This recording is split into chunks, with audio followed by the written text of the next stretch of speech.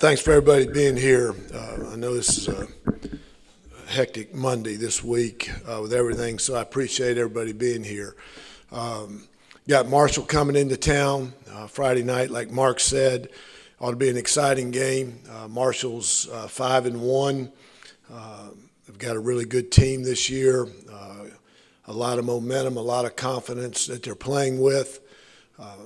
They got a couple good MAC wins, beat a couple teams in the MAC. And they're 2-0 in the conference.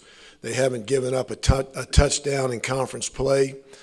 They've held the last their only two opponents to 3 points. They're number 9 in the country in scoring defense, giving up 15 points a game. So it's going to be a real challenge for our offense to try to manufacture points. Their defense is in the top 25 in total defense. So it's a really good team we're playing. Their offense has done a really nice job of being efficient. They're not turning the ball over. They're not putting their defense in harm's way. So it's very sound. Their quarterback is experienced. This is his third year starting. He's a really good football player. He's done a great job protecting the ball and running their offense. Their kicking game may be the best kicking game that we played this year. They've run 2 kickoffs back for touchdowns. Their punter is out of this world. He had a 92-yard punt, I think it was, last week, where he obviously flipped the field. So they're really good, very sound in the kicking game. Doc has he's a really good coach. He's done a great job there of turning. They had a down year last year. Even with a down year, they beat us last year. But they had a down year last year, and they've rebounded really well. Like I said, they're 5-1. They got a lot of momentum. Obviously, they're in first place, and this is a game that we've got to have a great week of preparation, a great week of practice, and be ready to play a really good football team. So we've got to correct our mistakes from last week. It's kind of a broken record, what I've said here. About we just got to do a better job. We can't turn the ball over this week against this crowd. I say crowd, against this team, against Marshall. So we've got to do a fantastic job of protecting the ball this week and being a lot more efficient offensively than what we've been. So I'll open up to you guys. Coach, obviously with this week being a short week, you play on Friday instead of Saturday. What are the differences going into that, and how do you change schedule-wise and things of that nature? Well, obviously we practiced a little bit longer yesterday than a normal Sunday, but not much, 15 minutes. Normally today's our day off, so we'll practice today. But you've got to be cognizant of your players because they're coming off. Like I said, it's 5 weeks of preseason, then 7 games that we've played up to this date, how physical the teams we've played, and coming off a physical UAB game, that you've got to be cognizant of your players' health. We've got to, do a good job of getting on and off the field, keeping our guys fresh, that we're ready to play fast this Friday night. But at the same time, we got to get our work in. So, today will be like a Tuesday practice. Monday will be like a Wednesday, and so it'll shorten down a little bit, as the course of the week goes. But try to go. Obviously, went a little bit longer yesterday, and then today will be like a Tuesday. Coach, how do you think the offensive line has progressed this season?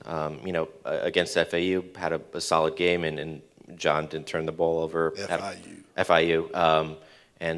Looking back at this past Saturday, John was hurried a bunch, was pressured some. The running game kind of stalled for a while in the beginning because of that. Just your thoughts on how the offensive line has come along this year. Probably, I guess, probably the inconsistent. We've had moments where we flashed, and other moments where we've it's been dark. So we haven't played at the consistent level that we need to play at. Each one of them have shown individual flashes of playing really good high-level football. But as a group, I don't think we've played consistent enough. We had to win the football games we need to win. So I'd say probably the biggest word is inconsistent. Their effort is good. They're trying. They're working. We just haven't been as consistent as we need to be. Was there any thought to using Tavares or Richie in the Wildcat down in the red zone, when it was so effective against FIU? Well, we only got down there one time, and that's when we threw an interception.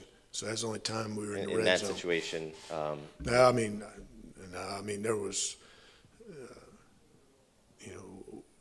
Richie, we ran Richie in the Wildcat a little bit in the open field, but he wasn't that effective. He was, last year, but he hasn't been this year.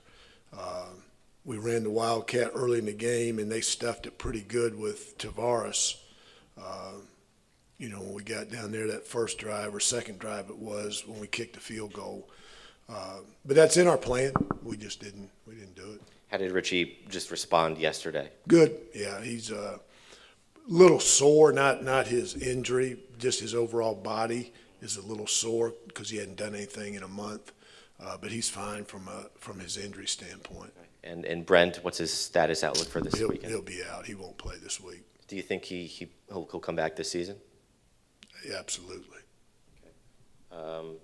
And as far as, I know later on Brent wants to be a coach, and I know he's probably more frustrated than anyone as far as being sidelined, but has he been able to take advantage of his time, away from football on the sideline as far as helping other guys and that sort of thing?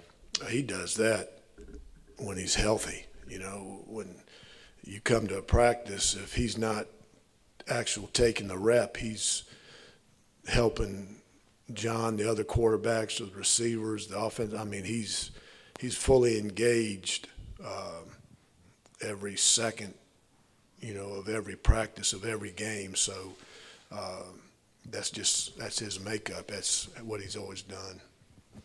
Coach, it seems like Marshall doesn't really stand out at one thing defensively. They kind of just do everything well. What have you seen from them on film this year defensively? Well, they're really good on third down defense. They're really good at stopping the run. They're really good in pass defense. So I think they haven't given up big plays.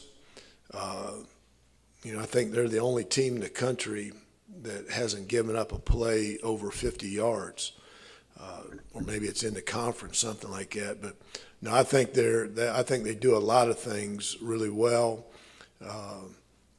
The biggest thing, one of the biggest stats that people look at defensively is your scoring defense. And to give up 15 points a game, it means you're doing a lot of good things on defense. So, they're doing a good job of keeping the ball in front of them. They're doing a good job on third down, so that means if you're good on third down, that usually means you're good on first down. And, putting teams behind the chains from a down and yardage standpoint. So I think they do a lot of good things. They tackle well. They're well coached. They get a lot of people to the ball. So it's like I said earlier, it's a really talented defense. They've only given up 3 sacks this year. What are you guys going to have to do to get after their quarterback? Well, the quarterback doesn't hold it. He gets it out of his hand, and he knows where he's going with the ball. They do a good job. That's going to be an issue. I don't know. We've got to get around him. We got to harass him. We got to get him off his spot. We got to make him uncomfortable. And if you can do that, then you got a chance to generate some, more pressure down the line, down the rest of the game. But no, they're good. It's a good football team. They're 5-1. They lost to NC State, and I think people know how good NC State is. So, it's a good football team.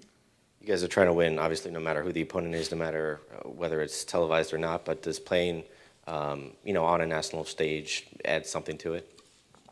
Yeah, I think so, Eric. I think as players, you know, you get excited to be on national television, and then being on a Friday night, you know, every college football player in the country, you know, is going to be watching the game, you know, so you got a chance, you know, to play in front of your peers, you know, 128, 129, not us in Marshall, but 127 teams will be, you know, players will be watching that game on Friday night in their hotels. So it's a great opportunity. Our players will be excited. It's the first ESPN game we've had here at home, I think since 2010 maybe.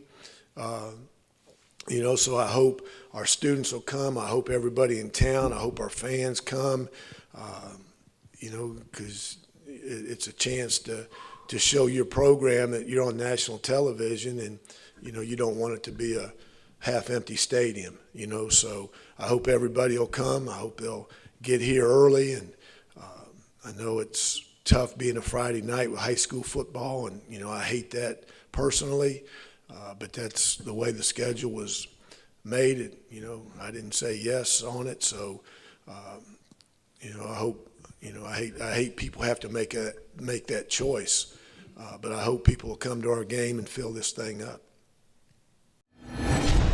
Middle Tennessee, our town, our team.